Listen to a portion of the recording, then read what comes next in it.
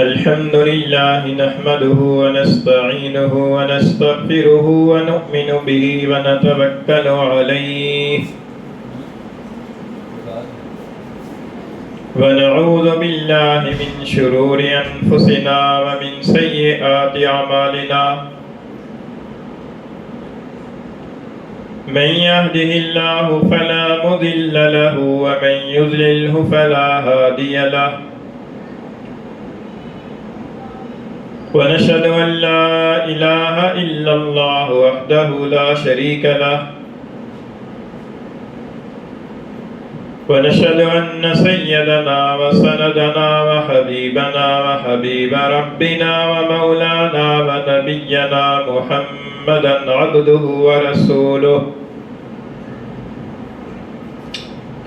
وصلى الله تعالى عليه وعلى آله وأصحابه وبارك وسلم تسليما كثيرا كثيرا أما بعد فأعوذ بالله من الشيطان الرجيم بسم الله الرحمن الرحيم هو الذي جعل لكم الأرض ذلولا فامشوا في مناكبها وكلوا من رزقه وإليه تحشرون وإليه النشور وعن أبي هريرة رضي الله تعالى عنه أن رسول الله صلى الله عليه وسلم قال اتقوا اللعانين قالوا وما اللعانان يا رسول الله قال الذي يتخلى في طريق الناس أو في ظلهم أو كما قال رسول الله صلى الله عليه وسلم صدق الله مولانا العظيم وصدق رسوله النبي الكريم ونحن على ذلك لمن الشاهدين والشاكرين والصلاة والسلام على سيد الأنبياء والمرسلين والحمد لله رب العالمين.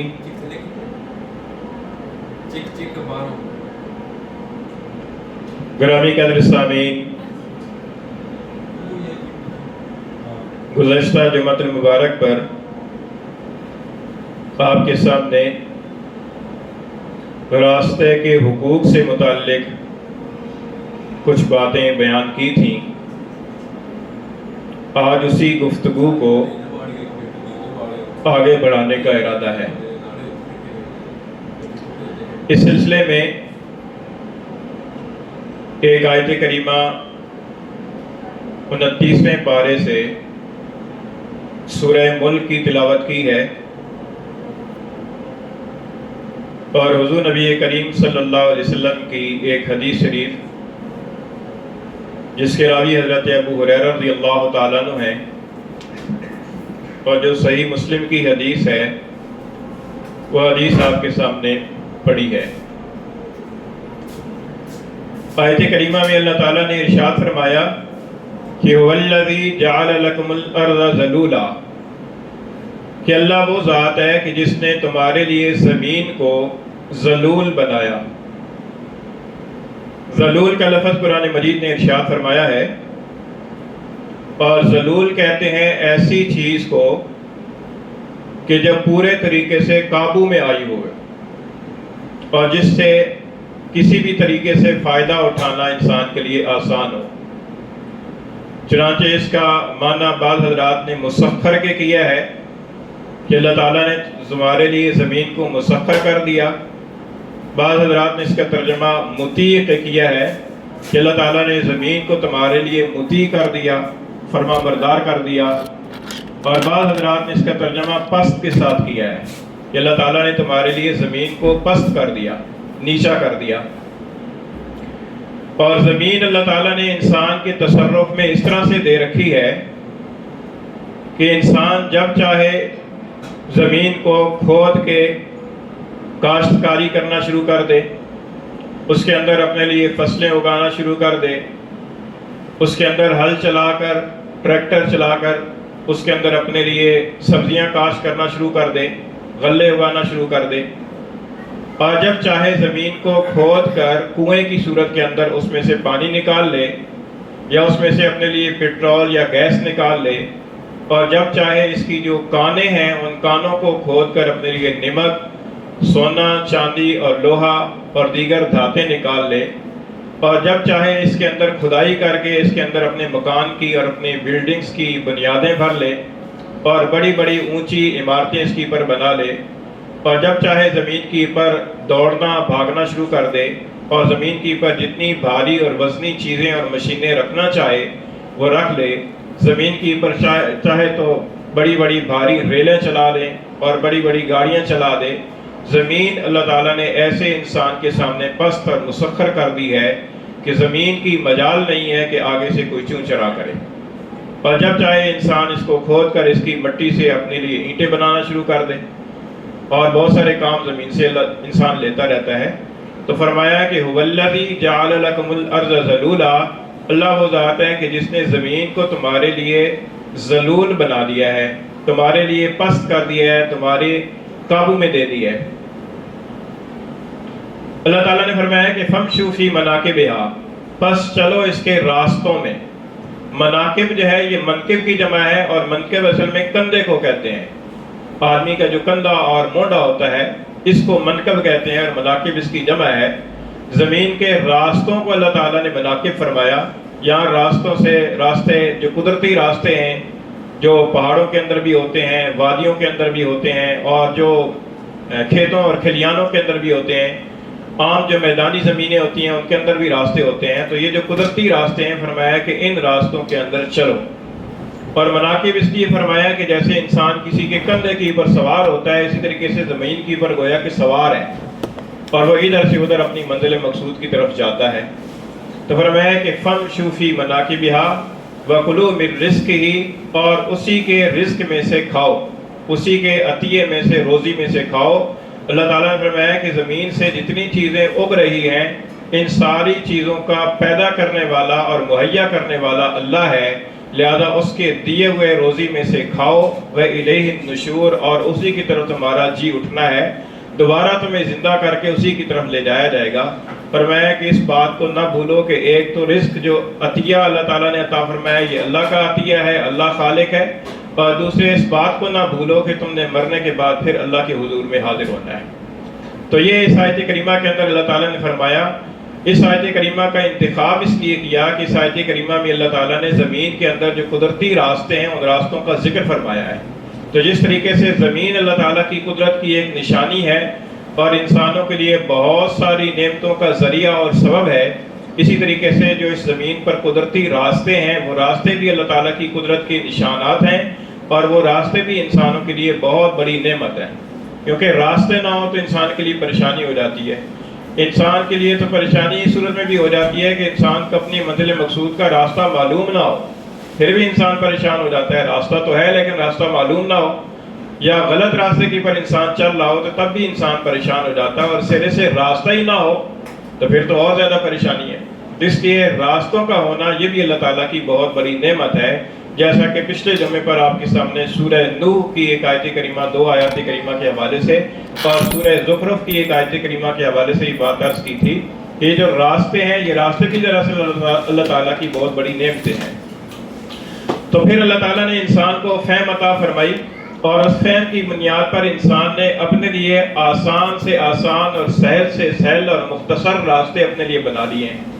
اور صرف زمین پر ہی راستے نہیں بنائے بلکہ اللہ تعالیٰ کی دی ہوئی عقل و فہم سے انسان نے فضا کے اندر بھی راستے بنا لیے ہیں۔ فضا کے اندر جو ہوائی جہاز اڑتے ہیں تو ان کے اپنے اپنے روٹس ہیں، اپنے اپنے راستے ہیں، اور ہر وقت فضا کے اندر بہت سارے طیارے بہوے پرواز ہوتے ہیں اپنے اپنے روٹس پر، اپنے اپنے راستوں پر۔ اور صرف فضا کے اندر نہیں بلکہ سمندر کے اندر بھی انسان نے اپنے اللہ تعالیٰ کی دی ہوئی عقل و فہم سے راستے بنا لیے۔ سمندر کے اندر بھی بحری جہاز چلتے ہیں، کشتیاں چلتی ہیں، لانچیں چلتی ہیں، ان کے اپنے اپنے راستے ہیں، اپنے اپنے روٹس ہیں، اور ہر دم اور ہر وقت سمندروں کے اندر بحری جہاز اور لانچیں اور کشتیاں چلتی رہتی ہیں، اپنے اپنے راستوں پر چلتی ہیں۔ تو یہ راستہ جو ہے نا یہ ایک ایسی چیز ہے کہ اللہ تعالیٰ کی قدرت کی بہت بڑی نشانی بھی ہے اور انسان کے لیے بہت بڑی نعمت ہے۔ اور راستے کی اہمیت شرعی اعتبار سے بھی بہت زیادہ ہے اور عرف کے اعتبار سے بھی راستے کی بہت اہمیت ہے۔ شرعی اعتبار سے اہمیت کے لیے ایک مثال عرض کرتا ہوں۔ فقہائے کرام نے مسئلہ لکھا ہے کہ اگر کوئی انسان مسجد بنانا چاہے تو مسجد وہ شرعی اعتبار سے تب بنے گی کہ جب وہ اسے اپنی ملکیت سے بھی خارج کرے اور اس کے لیے علیحدہ سے کوئی راستہ بھی ایسا موجود ہو کہ جس راستے سے لوگ آسانی کے ساتھ بغیر روک ٹوک کے اس جگہ پر آ سکتے ہوں۔ اور اگر کوئی آدمی اپنی ملکیت کے کسی ٹکڑے کو، زمین کو وقف کر دیتا ہے لیکن راستہ نہیں دیتا تو شرعی اعتبار سے مسجد نہیں بنے گی۔ مثال کے طور پر کوئی انسان بہت بڑے رقبے کا مالک ہے اور رقبے کے بیچوں بیچ 2-4 کنال مسجد کے لیے وقف کر دیتا ہے، لیکن آس پاس چاروں طرف اس کی اپنی مملوکہ زمین ہے اور وہ راستہ کوئی دیتا نہیں ہے آنے کے لیے، تو فقہائے کرام نے لکھا ہے کہ راستہ نہ ہونے کی وجہ سے وہ قطع زمین شرعی طور پر مسجد نہیں بنے گی۔ یہ راستے کی اہمیت ہے شرعی اعتبار سے، اور عرف اور رواج کے اعتبار سے اتنی اہمیت ہے کہ اگر راستہ کشادہ ہو تو زمین کی ویلیو بڑھ جاتی ہے، راستہ تنگ ہو تو زمین کی اور مکان کی ویلیو کم ہو جاتی ہے، اور راستہ بہت زیادہ تنگ ہو تو بہت زیادہ کم ہو جاتی ہے۔ اور یہی وجہ ہے کہ جب کوئی آدمی کسی جگہ پر مکان خریدتا ہے یا زمین خریدتا ہے، پلاٹ خریدتا ہے، اس کی پہلی کوشش یہی ہوتی ہے کہ اس پلاٹ اور اس جگہ تک پہنچنے کے لیے راستہ کون سا ہے، کس راستے سے چل کر یہاں تک پہنچا جائے گا اور وہ راستہ کس قسم کا ہے۔ تو اس لیے عرف اور رواج کے اعتبار سے بھی راستے کی بہت زیادہ اہمیت ہے۔ تو اس لیے راستے جب اللہ تعالیٰ کی ایک نعمت ہے تو اس راستے کی حیثیت کو ہمیں جاننا چاہیے۔ راستے جتنے بھی بنے ہوئے ہیں یہ سارے راستے، ان راستوں میں سے راستے کے کسی حصے کا کوئی شخصی طور پر مالک نہیں ہوتا، بلکہ یہ سب عوام کے مشترکہ مفاد کے لیے ہوتے ہیں۔ لہذا کسی انسان کو یہ حق نہیں پہنچتا کہ وہ اپنے طور پر راستے کا کوئی حصہ قابو کر لے اور اس کے اوپر قبضہ کر لے، جس کے نتیجے کے اندر دوسرے جو لوگ ہیں ان کو فائدہ اٹھانے میں دقت ہو یا ان کا فائدہ اٹھانے کا جو سلسلہ ہے وہ تنگ ہو جائے۔ اور اسی طریقے سے اگر کوئی راستہ فرض کیا کہ سرکار کی ملکیت ہے تو تب بھی وہ سرکار کی ملکیت میں ہونے کے باوجود بھی وہ مشترکہ طور پر عوام الناس کے فائدے کے لیے اس کا کھلا رہنا ضروری ہے، الا یہ کہ کوئی مصلحت ایسی ہو کہ عارضی طور پر اس کو بند کرنا پڑے تو اہل انتظام بند کر سکتے ہیں، لیکن عام طور پر جو راستے ہیں ان راستوں کے اوپر ہر آدمی کو چلنے کا یکساں طور پر حق حاصل ہے، چاہے کوئی امیر آدمی ہے، چاہے غریب آدمی ہے، چاہے پیشے کے اعتبار سے کوئی ڈاکٹر اور انجینئر ہے یا موچی اور نائی ہے، یا قوم کے اعتبار سے وہ سید اور ہاشمی ہے، اور یا قوم کے اعتبار سے کسی نچلی قوم کا فرد ہے۔ ہر آدمی کو راستے کے اوپر چلنے کا اور راستے سے فائدہ اٹھانے کا جو ایک عام طریقہ ہے فائدہ اٹھانے کا، اس طریقے سے فائدہ اٹھانے کا اسے ایک حق حاصل ہے، اور کسی دوسرے کو اس کے حق کے اوپر پابندی لگانے کی یا حق سے روکنے کی اجازت نہیں ہوتی، کیونکہ یہ مشترکہ طور پر عوامی مفاد کے لیے راستہ ہوتا ہے۔ اسی لیے احادیث کے اندر راستوں کے بارے میں حقوق ارشاد فرمایا گیا، جیسا کہ گزشتہ جمعہ پر آپ کے سامنے حضرت ابو سعید خدری رضی اللہ تعالیٰ کے حوالے سے ایک حدیث بیان کی تھی، جس میں سرکار دو عالم صلی اللہ علیہ وسلم نے راستے کے 5 حقوق ارشاد فرمائے۔ اور آج کے اس مجلس کے اندر ایک اور حدیث مسلم شریف کے حوالے سے آپ کے سامنے بیان کرنی ہے،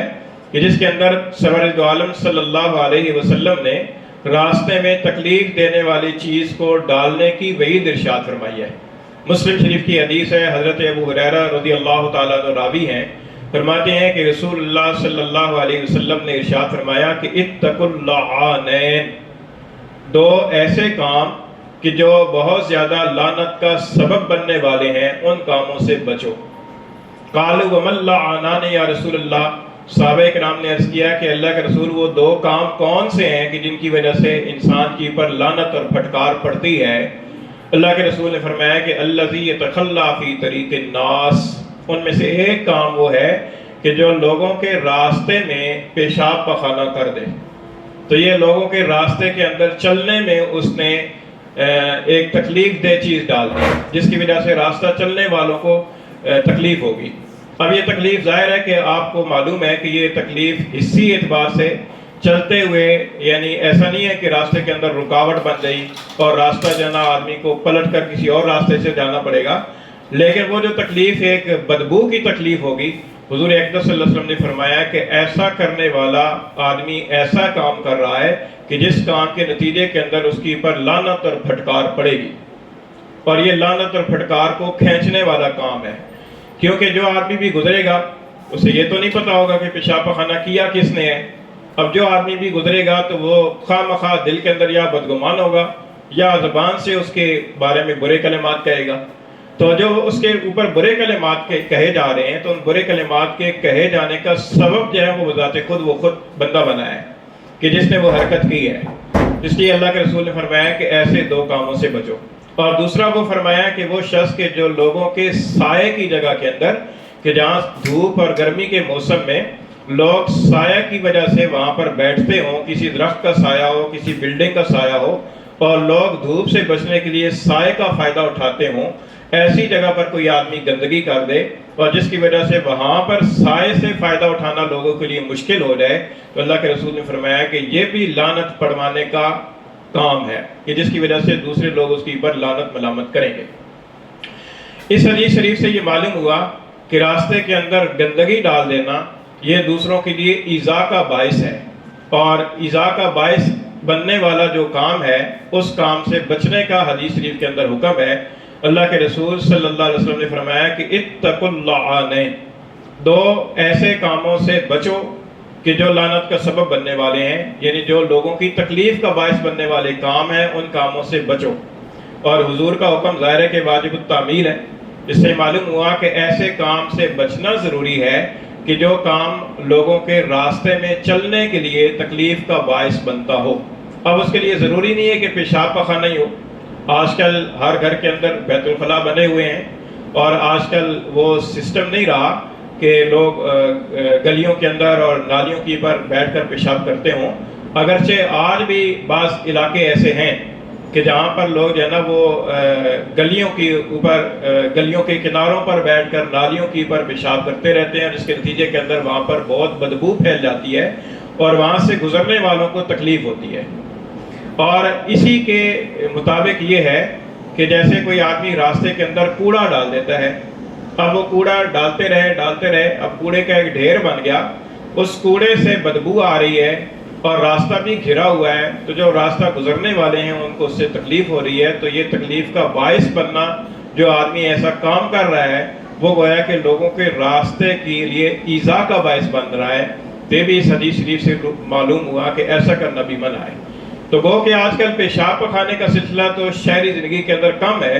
لیکن یہ کوڑا ڈالنے والا جو سلسلہ ہے یہ آج کل ہمارے معاشرے کے اندر بہت عام ہے، بہت کثرت کے ساتھ ہے کہ گھروں سے کوڑا اٹھایا جاتا ہے اور وہ باہر گلی کے اندر کسی جگہ پر ڈال دیا جاتا ہے، اور بعض اوقات جو بالٹیاں رکھی ہوئی ہیں ان بالٹیوں کے اندر بھی بھر کے وہ ان میں سے بھی باہر نکلنا شروع ہو جاتا ہے، جس کے نتیجے کے اندر راستہ سے گزرنے والوں کو تکلیف ہوتی ہے۔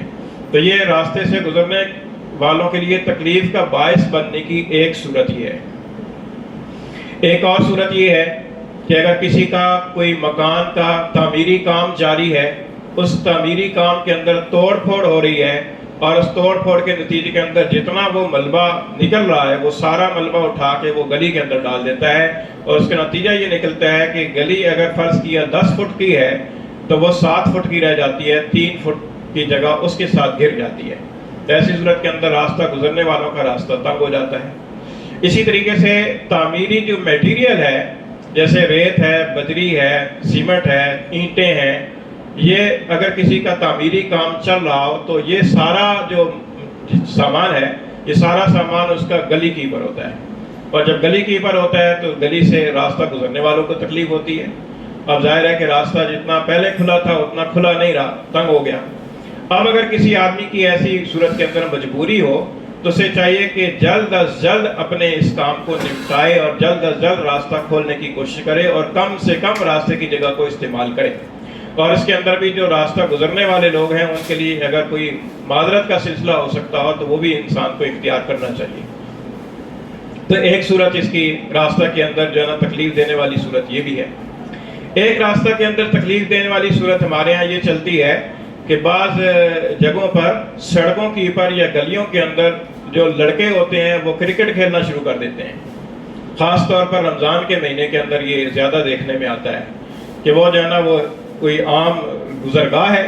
اور اس گزرگاہ سے پیدل بھی لوگ گزر رہے ہیں، خواتین بھی گزر رہی ہیں، گاڑیاں بھی گزر رہی ہیں، موٹر سائیکل بھی گزر رہے ہیں، اسی راستے کی پر انہوں نے کرکٹ کھیلنا شروع کر دیا. اب کرکٹ کھیلنے والے خود بھی اذیت کے اندر، اور جو گزرنے والے ہیں وہ خود بھی اذیت کے اندر مبتلا ہوتے ہیں، دوسروں کے لیے اذیت کا باعث بنتے ہیں. کیونکہ وہ جگہ اس لیے نہیں ہے کہ وہاں پر کھیلا جائے، بلکہ وہ جگہ تو اس لیے ہے کہ تاکہ سارے لوگ خیر و عافیت کے ساتھ اور سلامتی کے ساتھ وہاں سے گزریں، انہیں کوئی خطرہ نہ ہو. اب جو آدمی گزرتا ہے تو اسے خطرہ ہوتا ہے کہ کہیں گیند نہ مجھے لگ جائے، کہیں جو ہے نا وہ گیند گاڑی کے شیشے کو نہ لگ جائے، کہیں کوئی بچہ جو ہے نا وہ بائک یا گاڑی کے سامنے نہ آ جائے، اس کو ٹکر نہ لگ جائے. اس طرح کے خدشات ہوتے ہیں، اور یہ خدشات کا باعث بننے والے وہ لڑکے ہیں، وہ لڑکے ان میں کے اندر بالغ بھی ہوتے ہیں، اور اگر نابالغ ہوں تو ان کے والدین کی ذمہ داری ہوتی ہے، ان کو بھی سمجھانے کی اور تربیت کرنے کی ضرورت ہوتی ہے. تو یہ بھی ایک سلسلہ ہے راستے کو تنگ کرنے یا راستے کے اندر تکلیف دینے والی چیز کو ڈالنا. ایک اور کام ہمارے معاشرے میں یہ ہوتا ہے کہ اگر کوئی کام کرنا ہے تو دکانوں کے اندر اتنی جگہ نہیں ہوتی، دکانوں کے باہر جو جگہ ہوتی ہے وہاں پر وہ اپنا کام شروع کر دیتے ہیں. مثلا گاڑیوں کی ٹھیک کرنے کی جگہ ہے، کوئی آدمی مکینک ہے، گاڑیاں اور موٹر سائیکل ٹھیک کرنے والا ہے، دکان کے اندر جگہ نہیں ہے، اس نے دکان سے باہر جو سڑک ہے یا گلی ہے، جو گزرگاہ ہے، وہاں پر گاڑی کھڑی کر کے، بائک کھڑے کر کے وہاں پر اس نے ان کی مرمت اور ٹھیک ٹھاک کرنا شروع کر دیا. اور ٹھیک ٹھاک کرنے کے اندر گھنٹوں لگ جاتے ہیں. اب وہ گھنٹوں جو ہے نا راستے کا ایک حصہ جو ہے نا وہ روک کر کھڑا رہے گا، اپنا کام کرتا رہے گا. راستہ گزرنے والوں کو تکلیف ہوتی ہے، ہوتی رہے اس کی بلا سے، لیکن وہ اپنا کام تسلی کے ساتھ کرتا رہے گا، اور وہ یہ بھی نہیں سمجھے گا کہ میں کوئی گناہ کام کر رہا ہوں، غلط کام کر رہا ہوں. وہ سمجھے گا بس ٹھیک ہے، چل رہا ہے یہ اصلاح. اسی طریقے سے بعض اوقات فرنیچر کی دکانیں ہوتی ہیں، اب فرنیچر کا کام کرنا ہے، اب دکان کے اندر جگہ نہیں ہے، وہ باہر جو ہے نا اپنا کام شروع کر دیں گے. اسی طریقے سے اور اس طرح کے کئی کام ہوتے ہیں کہ جو دکانوں کے اندر جگہ نہیں ہوتی تو اب وہ سڑک کی پر یا گلی کے اندر راستہ گھیر کر اپنا کام جو ہے نا وہ شروع کر دیتے ہیں. کام ان کا ذاتی ہے، اور وہ جس جگہ پر کر رہے ہیں وہ جگہ ان کی ذاتی نہیں ہے، وہ جگہ مشترکہ ہے جس کے اندر سب لوگوں نے گزرنا ہے، اور وہ اس کام کو گناہ نہیں سمجھتے کہ گناہ کا کام ہے. یہ ہمارے یہاں عام اس طریقے سے ہو رہا ہے، جہاں پر گاڑیوں کی ورک شاپیں ہیں یا گاڑیوں ٹھیک کرنے کی اس طرح کی مارکیٹیں ہیں، وہاں پر جا کر آدمی جو ہے نا پریشان ہو جاتا ہے کہ میں گزروں کہاں سے. اس کے لیے راستہ نہیں ہے کہ وہ آدمی جو ہے نا اس راستے سے خیر و عافیت کے ساتھ اور سلامتی کے ساتھ گزر سکے. تو یہ ایک صورت اس کی یہ بھی ہے، راستے کے اندر راستوں کو تنگ کرنے کی ایک صورت یہ بھی ہے. اس کے علاوہ کچھ سامان گھر کے اندر بیکار ہوتا ہے، مثلا پرانا فرنیچر ہے، کاٹ کباڑ کا سامان ہے، وہ سامان اٹھا کر وہ باہر ڈال دیتے ہیں گلی کے اندر. اب وہ گلی کا جتنا حصہ اس سامان کے ساتھ گھرا ہوا ہے، وہ راستہ جو ہے نا وہ اتنا حصہ عام لوگوں کے استعمال میں نہیں آ رہا. تو یہ بھی راستہ کو تنگ کرنے کی ایک صورت ہے. تو اگر دیکھا جائے اور سرور دو عالم صلی اللہ علیہ وسلم کے اس ارشاد پر غور کیا جائے تو یہ جتنی صورتیں ہیں یہ ساری صورتوں اس کا مصداق ہو سکتی ہیں. حضور اقدس صلی اللہ علیہ وسلم نے فرمایا کہ اتقوا اللعانین، کہ راستے میں ایسے دو کاموں سے بچو کہ جو کام لعنت کا باعث بننے والے ہیں. تو فرمایا کہ وہ کام ان میں سے ایک راستے کے اندر گندگی ڈالنا، اور دوسرا لوگوں کے سائے کی جگہ کے اندر گندگی کرنا. اب لوگوں کے سائے کی جگہ جہاں پر لوگوں نے سائے سے فائدہ اٹھانا ہے، یا سردیوں کے موسم میں لوگوں نے دھوپ سے فائدہ اٹھانا ہے، ایسی جگہوں کو آدمی کوئی غلاظت ڈال کر گندا کر دے یا اس کو اپنے استعمال کے اندر گھیر لے، اس کے نتیجے کے اندر راستہ گزرنے والوں کو جو تکلیف ہوگی اس کا بھی انسان کو احساس ہونا چاہیے. یہ علاوہ اس سے کہ شریعت کا حکم بھی ہے، اس کے علاوہ انسانیت کا بھی تقاضا یہ ہے اور کامن سینس کا تقاضا یہ ہے کہ انسان ان چیزوں کو سوچ کر اپنے کام کرے. اچھا، یہ تو بات ہو گئی کہ راستے میں تکلیف دینے والی چیز ڈالنے کی جو وعید ہے. اس کے برعکس راستے سے تکلیف دینے والی چیز کا ہٹا دینا یہ کتنے بڑے اجر و ثواب کا باعث ہے، اس کے بارے میں بھی کئی احادیث ہیں.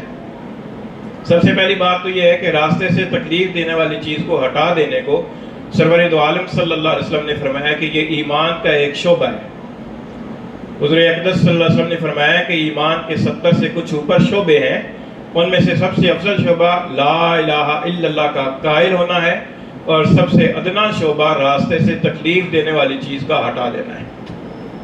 اب راستے سے تکلیف دینے والی چیز کا ہٹا دینا یہ ایمان کا شعبہ ہے. اب اس کے برعکس سمجھ لیں کہ راستے میں تکلیف دینے والی چیز کا ڈال دینا یہ کس کا شعبہ ہوگا؟ یہ ایمان کا کام ہو سکتا ہے، ایمان کا تقاضا ہو سکتا ہے. یہ کسی مومن کا کام ہو سکتا ہے کہ راستے میں تکلیف دینے والی چیز ڈال دیں؟ جب اللہ کے رسول نے فرمایا کہ راستے سے تکلیف دینے والی چیز کا ہٹا دینا ایمان کا شعبہ ہے، تو اسی سے سمجھ میں آ جاتا ہے کہ اس کا برعکس وہ کس کا شعبہ ہوگا۔ تو سب سے پہلی حدیث تو یہ فرمایا کہ راستے سے تکلیف دینے والی چیز کا ہٹا دینا یہ ایمان کا ایک شعبہ ہے۔ دوسری حدیث، حضور اقدس صلی اللہ علیہ وسلم نے فرمایا کہ راستے سے تکلیف دہ چیز کا ہٹا دینا یہ صدقہ ہے، صدقے کا ثواب ہے۔ صدقہ صرف یہی نہیں ہے کہ کسی غریب آدمی کو پیسے دے دیے جائیں، بلکہ صدقہ یہ بھی ہے، صدقے کی بہت ساری صورتیں ہیں، ان میں سے ایک صورت یہ بھی ہے کہ راستے سے تکلیف دینے والی چیز کو ہٹا دیا جائے۔ اور ایک حدیث میں یہ فرمایا گیا ہے، فرماتے ہیں کہ حضور اقدس صلی اللہ علیہ وسلم فرماتے ہیں کہ میں نے ایک آدمی کو جنت کے اندر موجیں کرتے ہوئے دیکھا ہے، ایسے درخت کی وجہ سے کہ جو لوگوں کے لیے تکلیف کا باعث تھا اس نے وہ درخت کٹوا دیا،